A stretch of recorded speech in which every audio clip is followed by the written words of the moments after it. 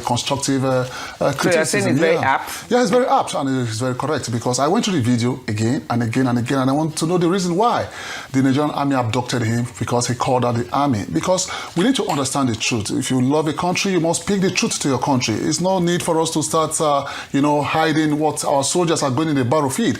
We all know what is happening in the front line. We all know how our soldiers are being fed in the front line. We all understand how they are being paid, how much they are being paid in the front line. And a young man who came all out to say that the soldiers are not well taken care of, they are not well fed, being arrested and brutalized, I think is a shame to our security agents. What I'd expected the Nigerian army to do is to set up a board of inquiry to examine the facts surrounding his claim and prove him wrong, or otherwise prove him right. And from my own experience, what was it like? From my own experience, it wasn't a good thing. The President Chief of Army Staff, coincidentally, we both serve in the same battalion, 255 Battalion, and we're also in Operation Harmony for Bakassi Peninsula in the 90s. We are not well fed in the army.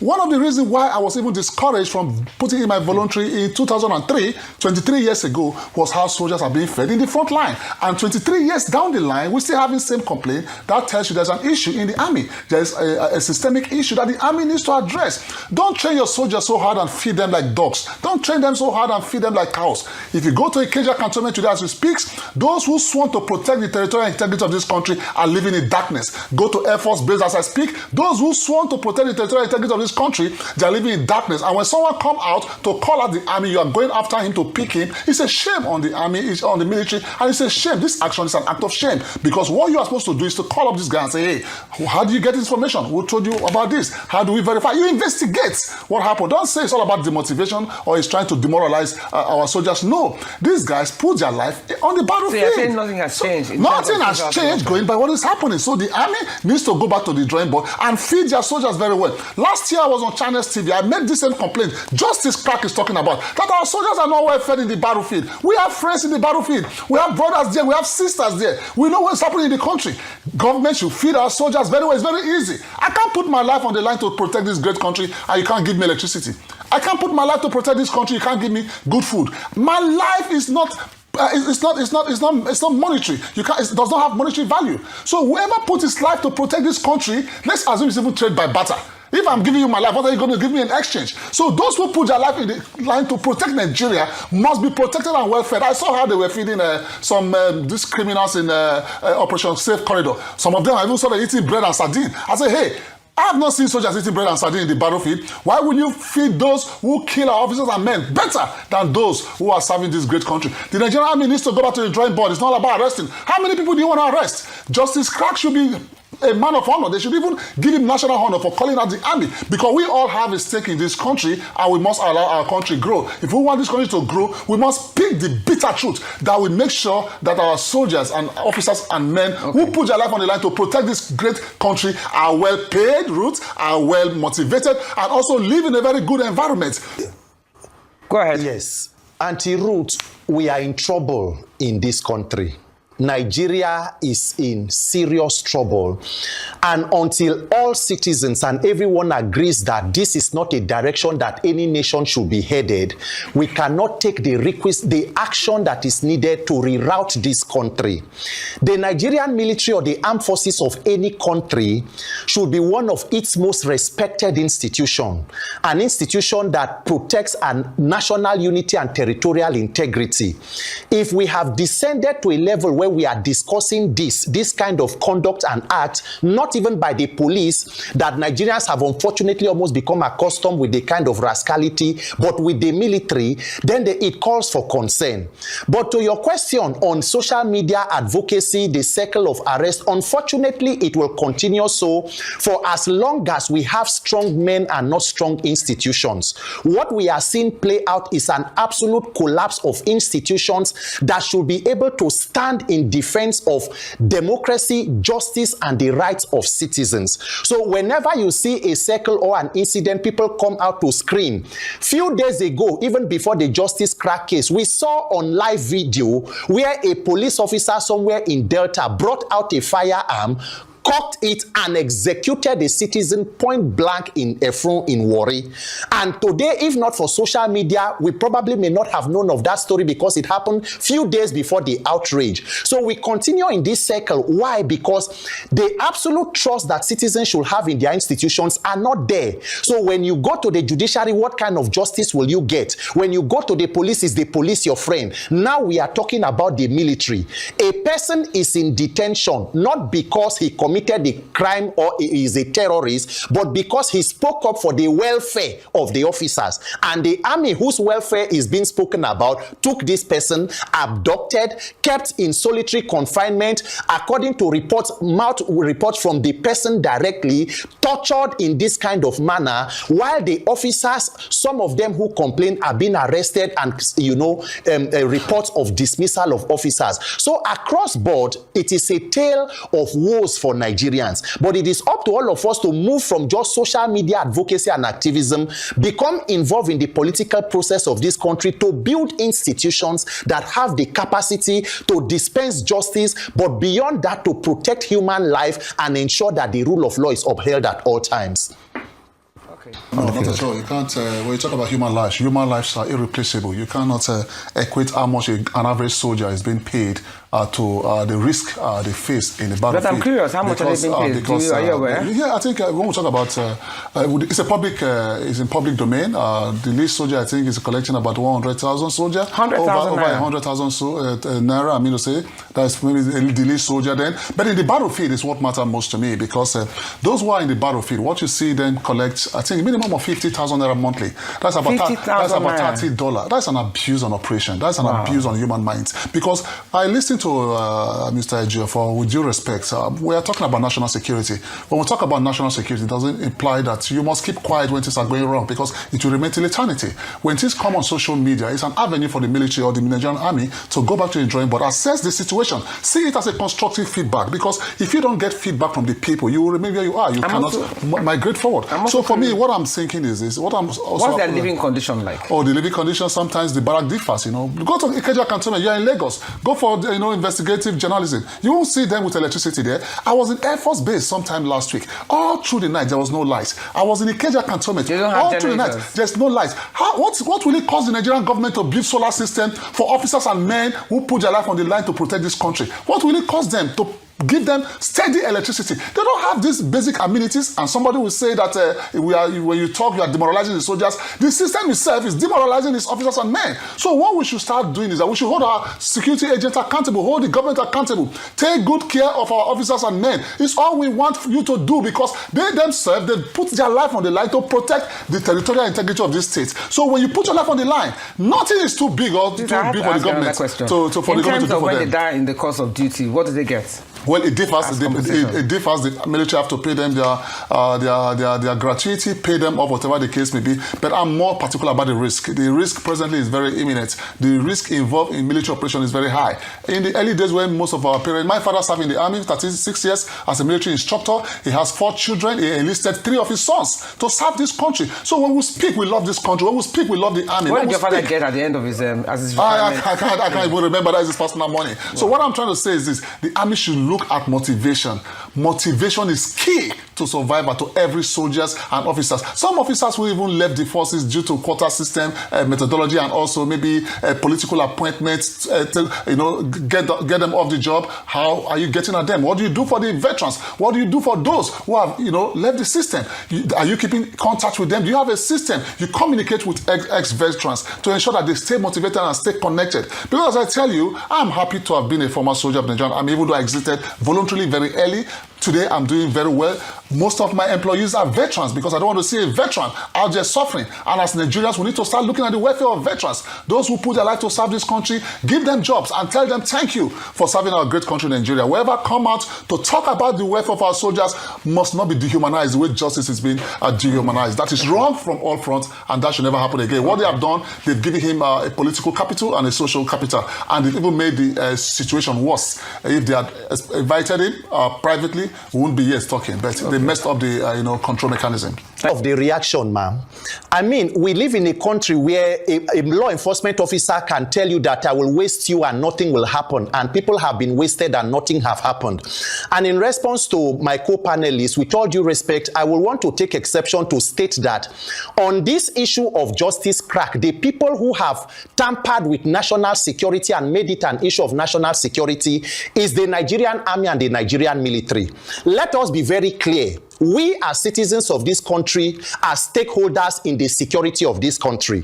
We are primary victims of terrorism and insecurity. Not even people like the Chief of Defense Staff or Brigadier General Adegoke, who are insulated with different layers of protection. So we as citizens want the war to be won and won decisively. And part of that war being won will include the welfare and adequate taking care of the officers. So when we talk about the morale of officers and their welfare, it is a means to an end to ending insecurity. So when a person says it and the military comes to abduct in this kind of gangster manner, it is the military that is making it an issue of national security concern. When you talk about demoralizing or touching on the morale of officers, Auntie-Ruth, what could be more demoralizing than working in an armed forces where the government can spend taxpayer money reintegrating so-called repentant terrorists and even employing them into the law enforcement system of that country?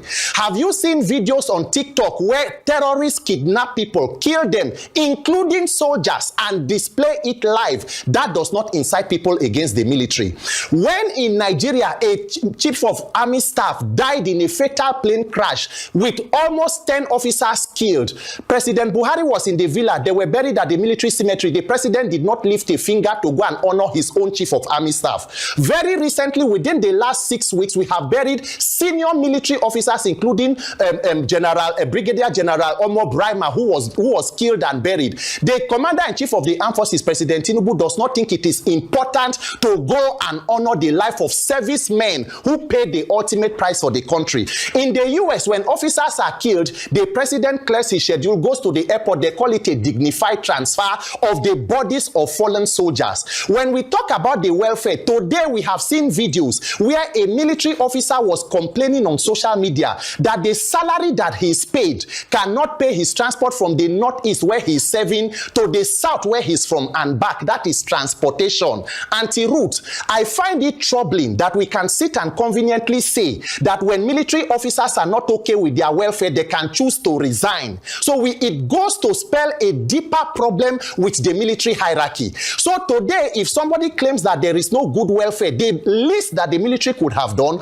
was come out to say, look, no, this is not the truth. This is the true position. Let us even introspect. Is there possible sabotage? Is it possible that we are budgeting money for these officers and it is not getting to them? Why is it that the response to criticism in Nigeria is gangsterism? How do you defend a position where the military go at gunpoint, abduct a citizen, torture that person for days? Let us assume that that boy had died in detention, God forbid. Will the military come out to tell us that he was in their custody? If we had not raised the alarm and everybody begin to scream, release Justice Crack, we know where he is. He's with General Adegoke. He's at the CIC. There are people who have disappeared in this country like that without trace.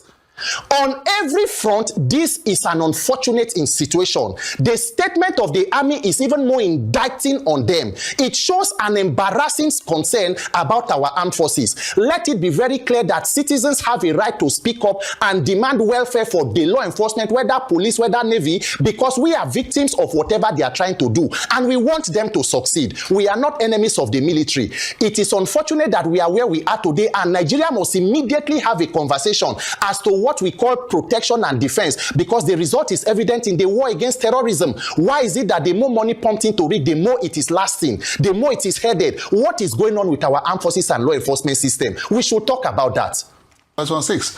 He set a board of inquiry to examine that complaint I sent to him. So soldiers have the right to petition their commanders, to petition their leaders, to the commander-in-chief, and tell them that, hey, we're not well taken care of. We are being brutalized in the front line. We are being brutalized in the battlefield. But I will not advise them to go to the social media and start messing up the integrity of the military or the army.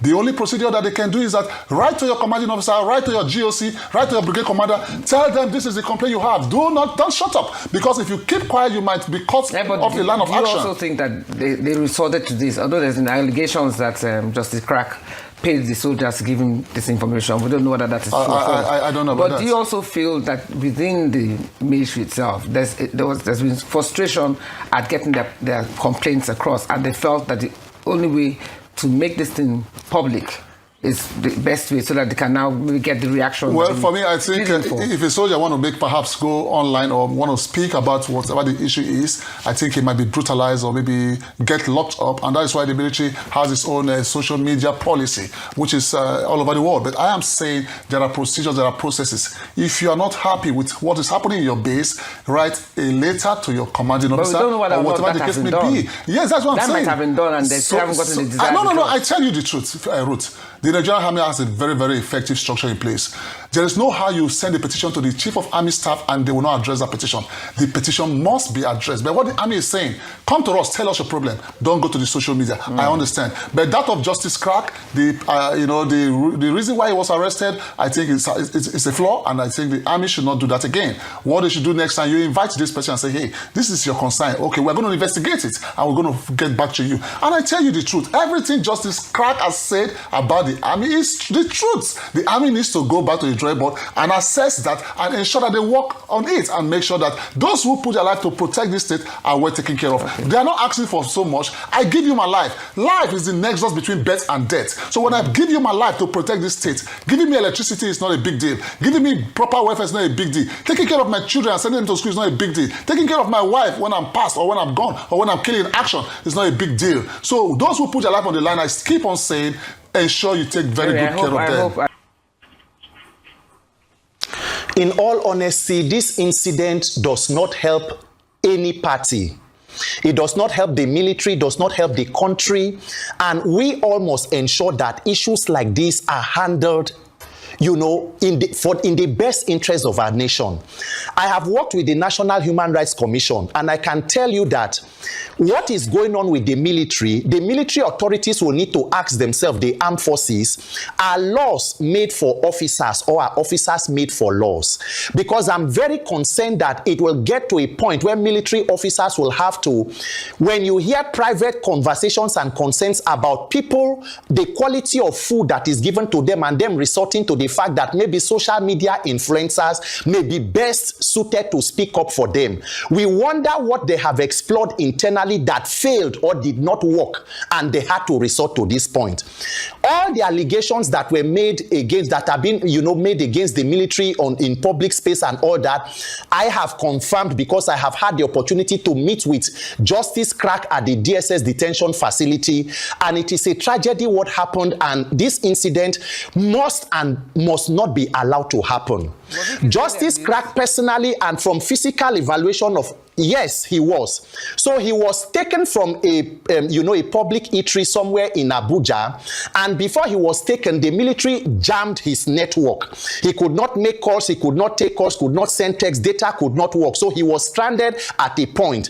And then officers from nowhere who did not identify themselves as military officers were rather pretending that they were from other law enforcement agencies because they were in mufti and could not be identified. Walked up to him, and before you knew, drew out their guns and asked him not to move. He was hooded, immediately tied, and then lifted into their car, and the military took their car. En route, he was taken into the military facility at the DIA. And for the number of days that Justice was with the military, according to his own report, he was blindfolded all through and confirmed even by the DSS. He was kept and told to be dried during the day and then kept in a wet room at night, stripped and kept in that condition. And the military instructed the DSS that the blindfold should not be taken off until they leave the DSS premises, because he was weeks there in the middle of the night after the public outcry.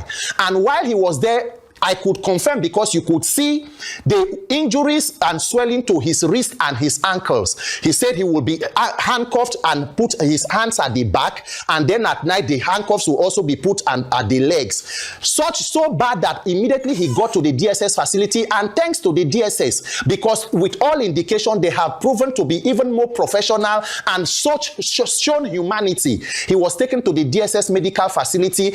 Even up till 2 days ago when I visited him. He still had to see the doctor. His blood pressure is high, and also he has gotten cold from chest compresses and congestion by his throat. How can a military that knows that you have a Department of Civil Military Relations, even if a person commits an offense, anti-root, are there no legal and legitimate ways to address them? If the military knew that you do not have the power to arrest and detain, the same DSS could have been used to invite. The same Nigerian police could have been used. You can get a warrant. You can go and search. We do not advocate for any person to break the law. But even when law is broken, there should be a procedure. Nobody should walk outside the ambits of the law because you are arrogating powers to yourself, and it only use you. What you are trying to do is to use criminality to cure illegality. Anything could have happened. How does the military explain a situation where a person is taken into your custody without trace? Not the wife, not the family, not a lawyer. And that is the military of the country that we have. So all of the things you hear on social media about the torture are not just allegations or speculations. This is the story of Justice Mark Chidiebere himself. And now he has to be recovering in DSS custody. So our Nigerian military and our armed forces must know. Imagine a situation where the military invites people or journalists to say, look, security is the welfare or is the duty of every person. You need people to give you intelligence. We do not want a situation where there is this kind of trust deficit. This is what is going on. This is what can be looked into. We can improve on this and this. It helps everybody to build a level of trust that at the end works in the best interest of all parties rather than resort to this. I think that it is a very unfortunate situation. Nobody should be made to suffer in this manner. Justice Crack is a father. He's a law-abiding citizen. To the best of my knowledge, he's not been accused of any crime in a country where even terrorists are holding so-called stakeholder meeting with police and law enforcement and military in Katsina, and the terms and conditions for those meetings are put together by the terrorists. Do you know that in those terrorist meetings in Katsina, terrorists who killed law enforcement agents come there with the uniform of the military officers and police officers and give instructions that our law enforcement should come in mufti? What a country. And today we are sitting down to discuss justice. Nigeria is the fourth most terrorized nation in the world. The military of the fourth most terrorized nation in the world has time to be taking a social media influencer to court. You wonder why insecurity will continue to deteriorate. It is unfortunate. The military must do better. Once an institution is professional and work by the rules, you will not need to resort to mischief. Let us not talk about, coming to social media and making it look like it is an aberration that has never. Even in the US war in Iraq and the current one going in Iran, CNN and other news networks have reported shortcomings of the US military. What was the response of the US military? The Secretary of War came out and said, your position is not correct. The Pentagon is doing this, we are doing X, Y, Z to ensure we strengthen. As long as you are not coming here to say that you are releasing communication signals with how you are contacting troops or active war procedures, what exactly? I think that it is a clarion call on the Minister for Defense, General Christopher Gwabin Musa, retired.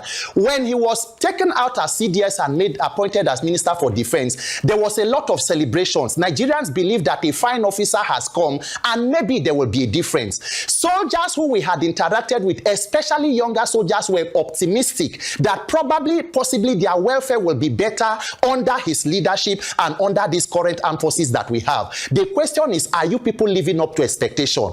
As Mr. Dixon rightly said, I stayed in Dodan barracks for some time. What we see going on in the military, everybody should speak up for a better law enforcement or military, because a well-motivated military is a more protected country.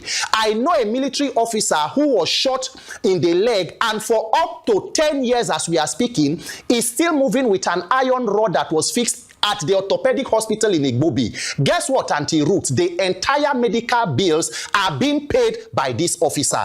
He has become so broke and has almost become a beggar. A person who gave his life to serve this country. While I was there visiting some persons in that same barracks, there were military officers' wives whose husband had been lost at the war in the Northeast about 6 years ago.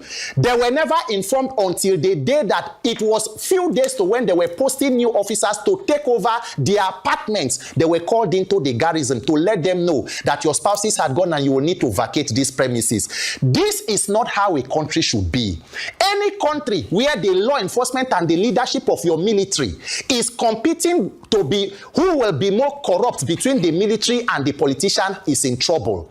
In Nigeria today, the National Assembly is on the mandate, judiciary on the mandate, INEC on the mandate, everybody is on the mandate. We hope that our military is not on the mandate, because if we get to that point where law enforcement becomes partisan or begins to dance to the whims and caprices of politicians and political actors, we are in serious trouble. Nigeria has serious security issues to deal with. Our military cannot be so idle. We want them to win the war and we want their lives to be protected. I love the military because it is a very, very huge sacrifice for you to do. And in doing that, we must continue to speak up for a better military and a better country. The institutions, there is complete collapse and trust deficit. We must rebuild it. And I agree with Mr. Dixon that it is not too much for the military to come out, issue a statement apologizing to Justice Crack, giving a compensation and assuring Nigerians that moving forward we will do better. Nigerians want to see a military that works to protect them, where they can be proud to say, whatever that happens, we have a military